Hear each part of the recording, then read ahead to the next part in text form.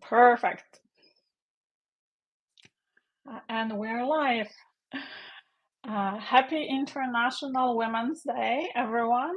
Uh, and happy International Women's Day, Margaret. Thank you so much Thank for you very much. joining me today. I'm so happy, thrilled to have you. Hello, Deborah. Welcome. Great to have you. Um, Margaret, if you want to go ahead and tell us a little bit about. Hi, Tom. Thank you for joining. Happy International Women's Day. If you want, Margaret, if you want to go ahead and introduce yourself, and then Sure. we'll we'll continue with our discussion. Okay, great. Cool.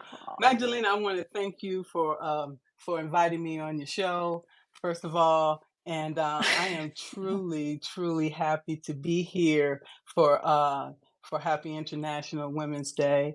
Margaret Williams.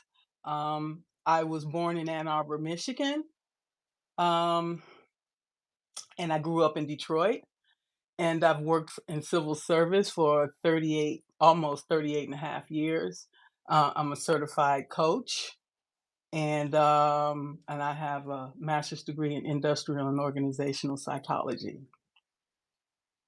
Fantastic. I'm curious. How did you get into coaching? Very interesting question because since I work in civil service, and I know that my days were numbered, and so I Mhm. wanted to look at something that was going to be complementary to being a civil servant, and that would be coaching. Perfect. Wonderful. So let's chat a little bit about how we're celebrating ourselves as women today. So Margaret, what are you doing to take care of yourself today and for yourself? Well, what I'm doing to celebrate myself is disconnecting from social media, Okay. and the news, Mhm. and Mhm. just relaxing Uh-huh. and being in the moment. Perfect. I love that. That's a great celebration.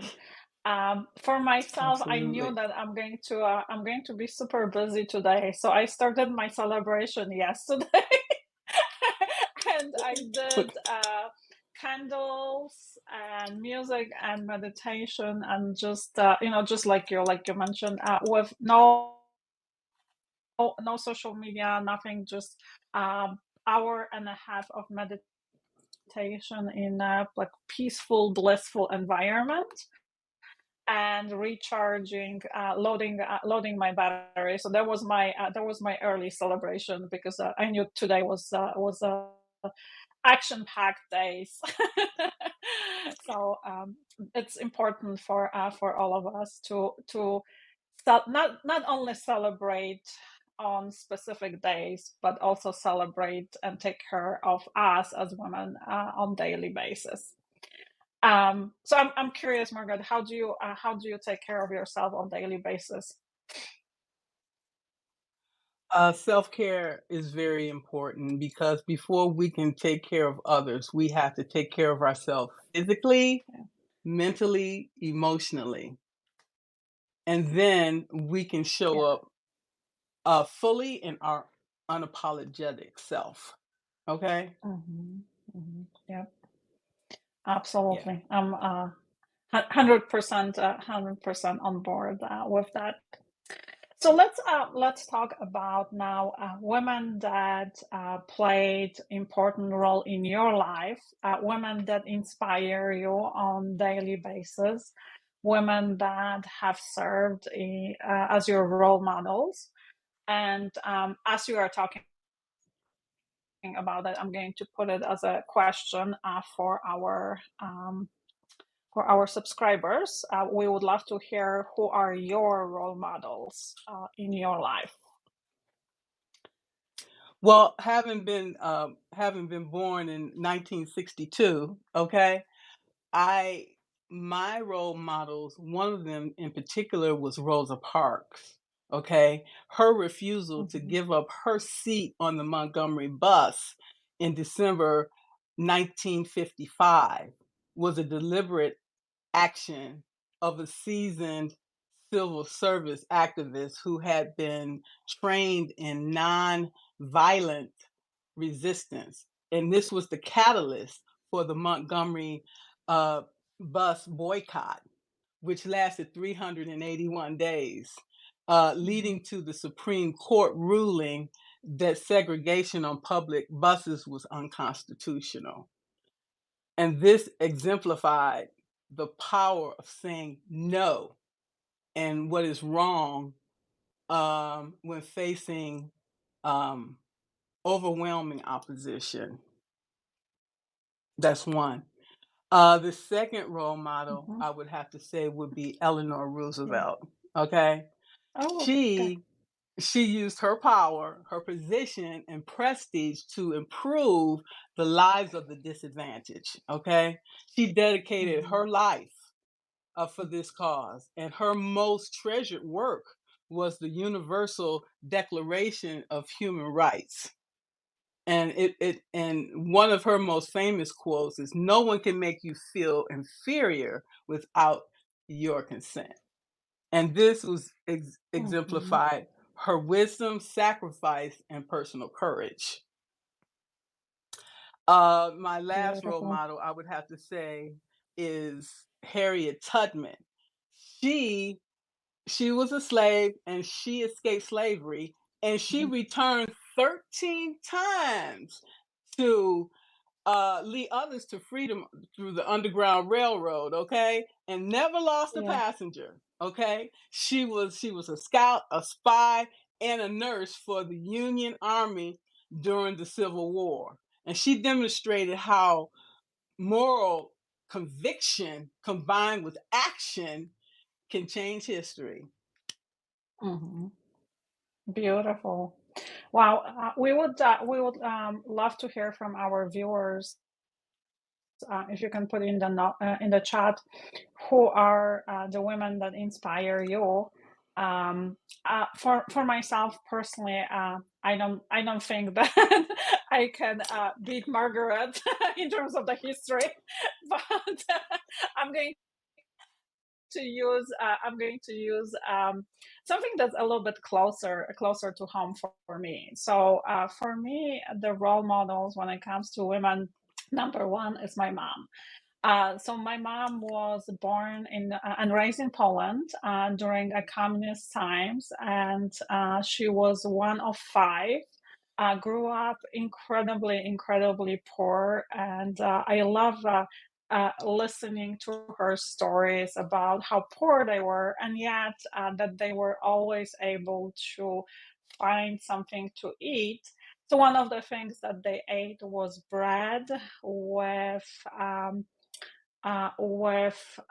a cream that came from the milk, the top of the milk, and they put sugar on it, and that was their special treat, and that's what they ate, and that story always melts my heart. And so Mhm. so then so having growing up so poor, she instilled in me this incredible um, resourcefulness. So we at home we always joke that I can make something out of nothing. I can, so you can just give me three random things and there's going to be dinner made out of it. And that definitely comes from her. The second person, and that's just a small example of how the impact that she had on my life. The second person that had a big impact on my life is Brené Brown. I found her work, I want to say probably 15 years ago, and uh, I fell in love with her because she spoke my language when it comes to data and research. And then she talked Yeah. about the soft stuff such as vulnerability and authenticity, and she opened a completely new world for me of how you can cross the realms of data and logic, emotions, and heart. So that Oh, she had a big her work had a big impact on my life. And then this morning when I was journaling about it, I had another aha moment. She and I didn't realize this until today, but she actually impacted also my writing. So I read all oh, her books, but in my mind for a really long time she was all first for me personally. And then I'm like, yeah, yeah, yeah, I've mm, read her book. I'm like, oh, she is a writer. Oh, I am a writer. And I'm like, oh, so she had a big impact on my writing life. That was my today's aha moment. I'm like, that is super super interesting. And mm, then the last woman that had a big impact on my life is Maria Montessori. And even though she's been dead for over 100 something years, her philosophy and her approach to education is very much still alive. And thanks to my mm. lovely son, I got I got to be part of the Montessori community, and I got to live and breathe her philosophy and her approach Oh, to education. And again, as I was writing about her today and how she impacted my life, I had another aha moment. And Margaret, maybe you will find this interesting. So when I looked at all the alternative education models, they were all mhm. actually started by men. So Waldorf Hmm. was founded by Steiner. Reggio Emilio was founded by Louise Malaggi. And then the unlearning school of thought was found by John Dewey. I'm like, oh, this is something new. I actually never thought about, or it just never registered that Maria Montessori is actually one of the uh, maybe the only one, but at the minimum one of the very few women that started a movement in education that allows for alternative approach to education. Mm. So those are the three women for me. Awesome. But I do, and I love appreciate and admire your examples as well. Um, so let's talk now about as a woman, what would you tell yourself, and what advice would you give your younger self? Wow. Hindsight is 2020, that's for sure. Okay. Yeah. And the thing of it is that it's important to have a growth mindset over a fixed mindset because as we know, we need to change, we need to remain flexible and adaptable in this environment. And as we learn better, we do better. Mhm. Okay? Absolutely. I'm into that. I'm all about growth mindset and stretch zones. I love living in a stretch zone. And I always joke that I'm one of these weird people that gets out of bed and says, okay, how can I be uncomfortable today? Just so I can grow. But that, that has a direct link to the growth mindset. And it's what else can I learn? How can I improve? I love the whole concept of improving myself 1% every day. And it's for me it's so incredibly important. The other part that I it's so important to me is needing I have the need to learn something new every day, even if it's tiny, tiny thing. It just really, really makes me happy. And then when to connect it with the growth mindset, um, I am huge on experimenting. So I experiment with something exactly like literally every single day. Uh, and I have a whole pile of failed experiments, and that allowed me to actually become so much more comfortable with failure. Um, and so for me, I think the advice I would give to the younger self would be very comfortable with failing, because in my younger years I was very, very hard on myself, and I would beat myself up, and and spend a lot of time ruminating about like things I did wrong, or things that didn't go well. And rather than that, spending the time on saying like, okay, I tried, I failed. What did I learn? What can I do better? What can I apply from the situation to move forward, and just keep going. Um, if anyone in our audience has amazing advice to the younger self, please with us share with us. We would love to hear from you. Um, so, Margaret, you touched on the importance of mindset, um, and I'm curious, as we go through the different stages of our lives, where you are today, how would you say your mindset changed? Well, growing up in a dysfunctional family, Mhm. it made me mentally tough, okay?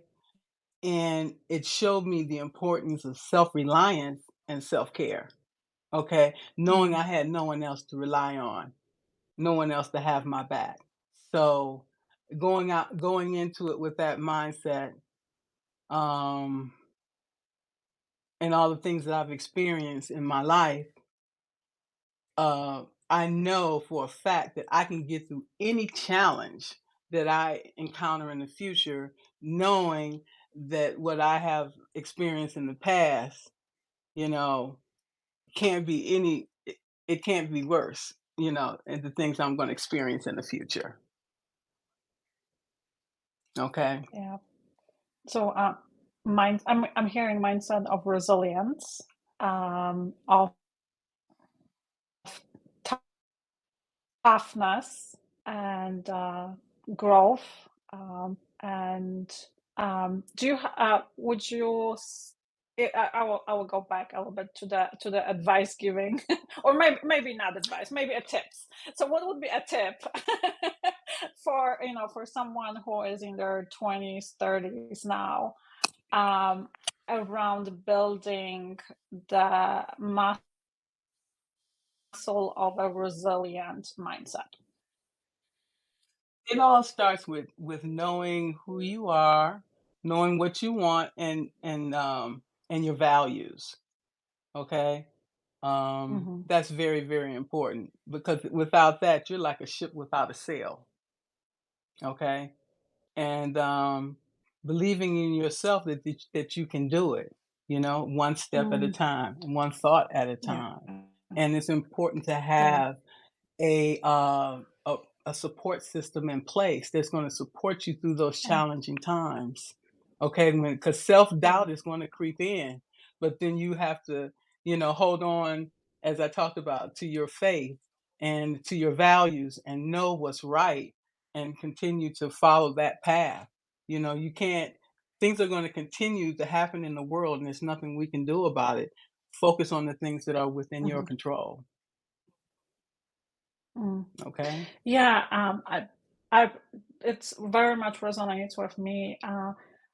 I think the part that resonates the most is building a village around yourself. So definitely knowing myself, but also having a supportive group I call it a tribe or a village, is absolutely crucial because, just like you mentioned, when and this is, from my experience, when I'm on my own, I have a tendency to spiral down. And it's just like, okay, I'm going to go after the worst case scenario, and then just keep going down, versus if there's a village, I can always reach out to someone. I'll be like, okay, what do you think about this? Or, what are your thoughts on that? Absolutely. So we the question for you is, how do we think bigger than ourselves? Oh, and still include ourselves. That's a question from one of our viewers. How do we do what now? How do we stand for something bigger How than to stand ourselves? for something bigger? Hmm. Well, I'm gonna give you an example. When I decided to go to work for the Corps of Engineers, okay, I looked at the mission, I Hmm. looked at the vision, and what they were trying to Yeah. accomplish, and I wanted to be a part of that. Okay, because it Hmm. was something Hmm. bigger than myself. It was being able to be a part of building infrastructure, of going in and helping to rebuild these areas that have been tethered through with hurricanes and floods and tornadoes. And how did we do that? We accomplished that mission by putting our differences aside and working together for the benefit of the people that we were there to serve. And that is what I feel is being looking at the bigger picture and being a part of that and putting our personal self-interest aside for the betterment of the group, of the organization, of the world. That's so beautiful, and it's so profound. And I know from talking to you that you're one of the, at least in my opinion, you're one of the very few people that um, is doing a work that very much aligns with your heart, and with what you believe and how much joy that brings you, and that actually feeds your bucket, or or feeds your soul, which is for most part, I would say it's very sadly it doesn't happen very often. I talk a lot to people that are like, oh, my work drains me, right? Like, I just, I have to force myself to get out of bed. And you were, one of the things that attracted me to you was that, your joy of actually going and doing something that feeds your soul. So that was amazing. I And really very, appreciate that. Thank you. Thank you. Thank you yeah, very yeah, much. very Because oh, I'm sorry. yep. No, I, go, I go ahead. firmly, but I firmly believe that each and every one of us are here on earth for a reason. And once we figure out what that is, then we need to Hmm. make everything possible to make that happen because we're only here for a short period of time. And how we choose to use those skills and Hmm. talents that we are given is truly up to us. Yeah, yeah, beautiful. So, can you tell us a little bit more about you as a woman in the leadership position? Okay. And I know you are part of the Corps of Engineers, which is very unusual. So, tell us a little bit of your journey, and what does it feel like to be surrounded by a lot of engineers that are very data oriented and data driven? It's really remarkable. When I finished my associate's degree, um, a friend of mine that I went to school with, he's like, "Hey, my sister-in-law worked for the Corps of Engineers. She works in program. She worked in program where the money, okay, where the money is." So I like, okay. He said, give me your resume and I'll give it to her. And I'm like, okay, cool. I had an associate's degree in Okay. electronic technology. Okay. I didn't see where that was really going to get me Mhm. anywhere. But it got me in the door with the Corps because when she sent my resume over to people that she knew, I got a call for for an interview. And he said, okay, I did my studying. I looked up what the Corps of Engineers done. I put up together like 3 questions I wanted to ask them. I wanted to be Mhm. professional. Okay.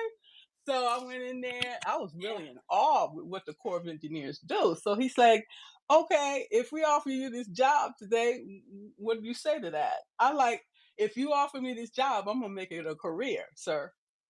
And they offered me the job, and here I am, 38 years later. It's been such a exhilarating Yeah. experience. I cannot tell you. It changed my life, and uh, Mhm. Mhm. and um, Mhm. and here we are. Okay, I just followed the Beautiful. progression of my career, and here we are. Mhm. Mhm. Mhm.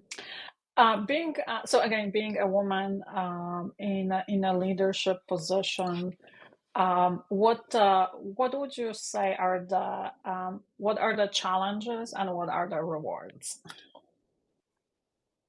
Well, being a woman working in non-traditional fields such as construction, one thing, and then working Hmm. for a Yeah. military organization, okay? I'm obviously going to stand Yeah. out because Yeah. most of the times I go to a site, okay, construction site, I'm the only female, okay? I feel special, okay? I feel privileged, okay? And then second, I'm the only African American, so I feel 2 quotas for the government.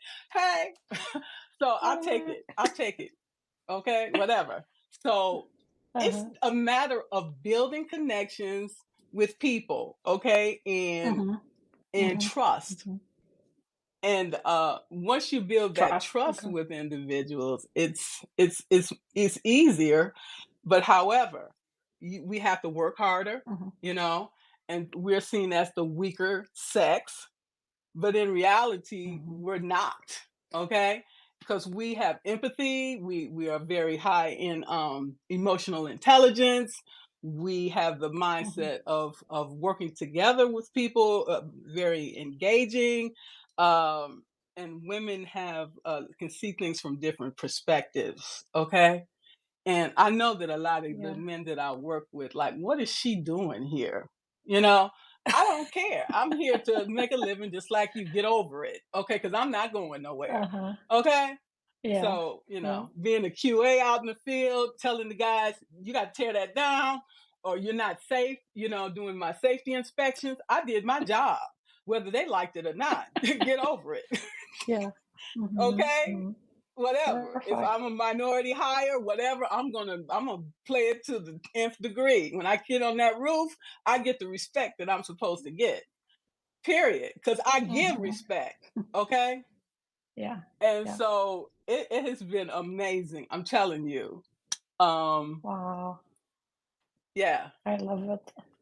I love it. And it's such a, for me, it's such a beautiful example of a mentorship and leading by example because or like when I even when I think when I think about my middle schoolers, right, they seeing and hearing stories like yours, right, where you come into a construction site and you are like, oh my god, I'm so blessed and I'm so special. When I what it's such a different and unique perspective, right? Because I do have middle school girls that are very much interested in woodworking and welding and this type of jobs, and then yet I can see thanks to the social media, right, how much they're struggling with having to fit in into one mold, and then having examples and role models like you creates a completely different experience for them, right? Because now they can see someone like you, and you are up there on the roof, That's and right. and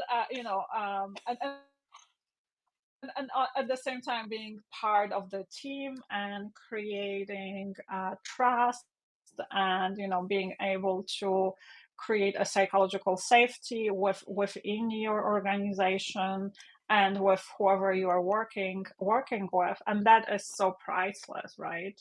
And and again, it's such a beautiful celebration of being a woman, because there are absolutely no limits to what's possible. So I love and appreciate your stories very very much. um, let's talk a little bit about the courage it took for you to build your own pathway, and the courage you display on daily basis, and what that looks like behind the scenes. Well, we have to have, like those three women that I talked about, they had the courage to Yeah. say, no, enough is enough. This is what I'm going to Hmm. do to make that difference. Okay. We have to call out any Hmm. negative perceptions, shift perspectives, and continue to break barriers through visibility and representation, advocacy, mentorship, proving competency through results, okay? And cultural and policy changes. And that's what we have to do. Just like those women paved the way for us, the road that we're traveling now, we need to do the same thing for the Hmm. future generation, help them. Yeah, absolutely. um I and um One of our viewers says that he sees to see women in the trades and roles like architecture and design, and that always expands perspective. Yeah, absolutely. And the ideas of looking out for people without questioning if it's a good thing or bad thing. And I think it goes back and speaks to what you were saying, that women in a non-traditional roles bring such an incredible amount of knowledge, experience, emotional intelligence, social intelligence, and that is so much needed. And I think you know appreciated at the same time, I think. Hopefully more and more every day now. Although I have a tendency to be overly optimistic, so That's good. It's okay. um, I would love to hear a little bit more. It's okay, right? So tell us a little bit more about your venturing into the coaching space, and what coaching with you looks like, and how do I become your client, and what can you help me with, and how what is the special sauce, or the magic pixie dust that Margaret offers? Wow. Okay. So this is the situation with my coaching career. I started coaching school in 2017. No, I got my ACC in 2017. Mm, I I mhm. coach part time on the side like a hobby. Okay, because I have That's okay. my full time It's job perfect. in in construction contract administration, which has nothing to do with coaching, but it does because I apply those principles daily in Mm. my job. Daily, yeah. Okay. Mhm. Yeah. Okay. So what I have done over the course of those years, I have accumulated over 500 coaching hours. And during that time, I was doing reciprocal Yeah. coach with other coaches, and some of those coaches happened to be therapists. So not only was I getting free coaching, I was getting free therapy. So that helped to bring me to where I am today. Okay. And I'm grateful for Brilliant. each of those coaches and all of the Yeah. things that I learned and we learned from each other. And so Mm-hmm, what I mm-hmm. started off as was a career coach, okay? And Mm, then okay. I'm like, Mm-hmm. okay. Then I went to life coaching. Then I went to leadership coaching and executive coaching. And so now I'm in the process of completing my certification, my systemic team coaching certification through coaching.com. I'll be completed with that program in May. And so I really got kind of burned out on Yeah. individual coaching. So what I'm Mm-hmm, looking at, mm-hmm, since I worked in teams my entire career, going from one to one to many. Okay. And that mm-hmm. gives Yeah. me a bigger impact Yeah. versus a smaller, okay? Yeah. And Mm-hmm, that gives mm-hmm, me an ability to not only work with teams with coaching, also with organizations and bringing them to where mm-hmm, they need to be, okay? Because as we know, we have a lot of dysfunctional families that turn out to adults, and the adults become our supervisors, our colleagues, our friends, and so on mm-hmm, and so forth. So how can we help these organizations become more vital and much more lean and productive is by treating the individuals, okay, helping the individuals overcome their mm-hmm. phobias and fears and all the triggers and everything else that they experience through their childhood that they continue to carry around with them, including myself today. Mm-hmm. Yep. And then they become part So of part of the team.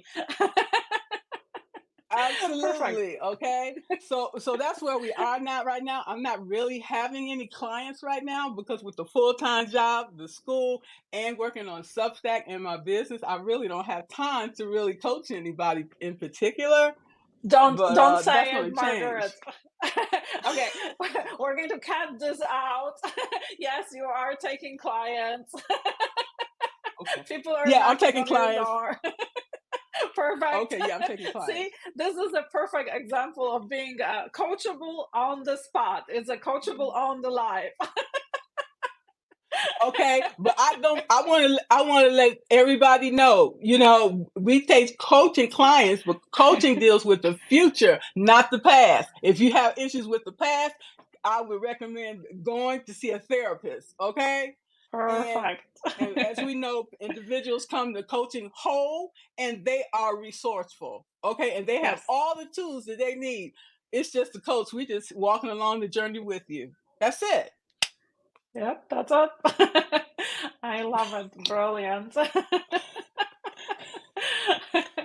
Margaret, I'm standing for you that after this live you have a full lineup of clients and they are all whole, Okay. perfect and complete, and they're looking for team coaching. I absolutely love that. So Okay. to wrap wrap it up, the final thoughts on mentoring. Mentoring that is tailored for girls or boys. That's a good question. Would Margaret, do you have any tips, suggestions, or thoughts on mentoring? As younger girl, women, boys, young men. What have you seen that worked for you in your life?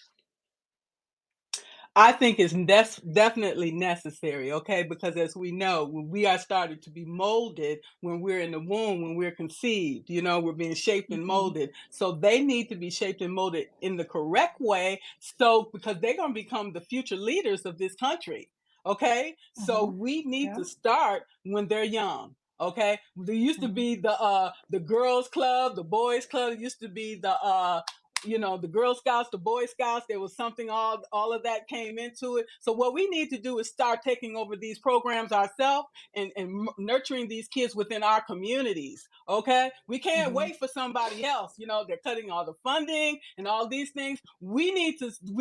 This is grassroots. We need to get in our communities. It's like, come on, people, how are we going to help and mentor our youth, because that's going to be our future leaders in this country. Yeah, absolutely. That's what works really, really well, at least in my experience, is the grassroots movement, and let's do it now. And if not overthink who, the who is us. It's now, and it's the grassroots. Yeah, absolutely. Um, the Yeah, we have to stop waiting for handouts, and we have to go get ours ourselves. Okay, period. Yeah, absolutely. It's the now, it's the us, and then and then just go and do it. And that's how we that's how we at least for our family, that's how we live our lives. But yes. The last question I have for you is, and I want to circle back to your magic and uh your charisma as a leader, because every time I got a chance to interact with you, um, what would you say uh, allowed you to develop yourself as a leader, in terms of having, like, knowing yourself, having a very strong voice, being very charismatic, and stepping full and owning the leadership role, because you are one of the few people that I that, like, really owns being a leader. So I'm curious, what would you attribute this success to? I would say partially my upbringing, okay, my religious upbringing. I just have to Okay. say it. We can't run from Sure. who we are. We have to, we are a product of our environment. And what we need to do is Hmm. focus on those things. Okay, this is who I am. So embrace it. Okay? Utilize Hmm. the part of it that makes sense to you, and does things in the positive aspect of it. That's the part that you work on. And what are your strengths? What are you good at? Okay, Hmm. what brings you joy? And you think about all of these things. Okay, I know myself because I take all these tests. Okay, I'm a Gemini. Hmm. Okay, I'm an introvert. I'm this, I'm that. Okay, I'm all of these things. Well, how can I apply all of these things to what I'm trying to do? Okay, and Yeah. that's what we have to look at. And the things that I'm not necessarily good at, okay, fine. Maybe I can bring those skills up, and then maybe those are Hmm. some things that maybe I can use to give to someone else, especially when you're working Hmm. on a team. You want to know Yeah. each and every individual team's strengths and weaknesses, and you want to play on that in order to get the mission completed. Okay, and Absolutely. so that's what I say. And Yeah. these things happen over time. They don't happen overnight. Okay, just small You mean there's iterative no steps. there's no Okay. pill I can take? No, No. if it was, give it to Okay. me because I want it. I was hoping Okay. for some I was hoping for some No, hacks, some pills, some spray. Yeah. Okay. no, it's called trial Um, and error. It's called trial and error. You try some stuff, you throw it up against the wall. If it stick, you're like, yeah. okay, let me try it again. Yeah. Look at Edison. How many failures did he have before he created that light bulb? I don't know, but I'm sure it was quite a few. Okay. Supposedly 10,000 tries, but yeah. Okay. He was Yeah. having some frustrations, but he didn't give up. If he didn't give up, Yeah. if he had gave up, we probably wouldn't have had light when we did. You see? Absolutely. Yep, absolutely. Absolutely. So since you mentioned strengths, so strengths is one of my life passions, and I that's how I run my teams. it's based strength based approach, but I also this is how I live my life, and that's how I mentor and coach, and it's in the area of strengths. And over time, and to your point, none of it happens overnight. It takes a lot Okay. of time, and there's no hacks, and there's no special pills. However, knowing our own strengths and building on them, it's such a different and rewarding way of living. And I um, I got hooked on strengths thanks to Chris Peterson. So he was my undergrad advisor, and he got me into positive psychology. But through him, I started using VIA strengths. And don't ask me what VIA stands for, but it's VIA.org, because I can never remember. uh, but knowing my own strengths and then building on them made all the difference in my own leadership. So one of my strengths is love of learning, and I never stop learning. Love And it. Love it. yeah, the interesting the interesting thing is, there's the underuse and overuse of strengths. So with Hmm. time, I am able to recognize when I overuse my love of learning. And the way I know is Hmm. when I spend 3 hours on something to learn, go really deep, and I'm like, okay, enough. You have learned enough. Now you can go and teach it, because when you teach it, this is how it becomes your own. Mhm. And Mhm. when you were talking Mhm. about strengths, that just reminded me of, like, yes, strengths are amazing, and we can use them. We can use them to our advantage. However, it's also important to knowing when we overuse them and when we underuse them. Uh, so uh, that's just a quick plug-in for strengths.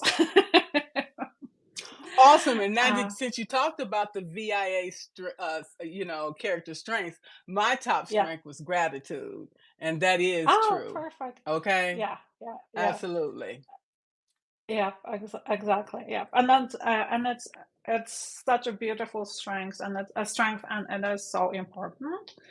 Uh, and it really helps with clarity, mindfulness, resilience. Like, and they are always, everything is all Yes. Yes. connected. But starting your day in the state of grateful, it's priceless. So absolutely. And maybe Absolutely. Margaret, maybe uh, I found your magic sauce. It's called gratitude. All right. Perfect. Amen. This is Amen going to to be that. this is perfect. So there you go. This is Margaret's magic sauce. It's gratitude. Yes. Thank you. Thank you so much. I just want to say Perfect. I was just struck by the fact that you and I have this commonality of Michigan. Go blue, okay? And I'm Yeah. like, oh, you got God to be bless. good. You got to be a good person if you're from Michigan, okay? Oh, that is so funny. Perfect. Well, it's been such a pleasure. I so deeply appreciate, and I'm so grateful that you decided to spend an hour with me today. Is Thank you. any parting words of advice, tips, anything that you want to share with our viewers that would make their International Women's Day that 10 times more special? Stay encouraged, okay? Stay encouraged and be kind to one another. Oh, I love it. um, Thank you so much, Margaret. It's been such a pleasure. Thank you for everyone that Thank joined you. us today. Happy Thank you. International Women's Day. Stay encouraged, Thank you. stay in gratitude, and know your strengths. Absolutely. Thank you so much. Thank you. Thank you, Thanks. Margaret. Take care. Thank you. All right.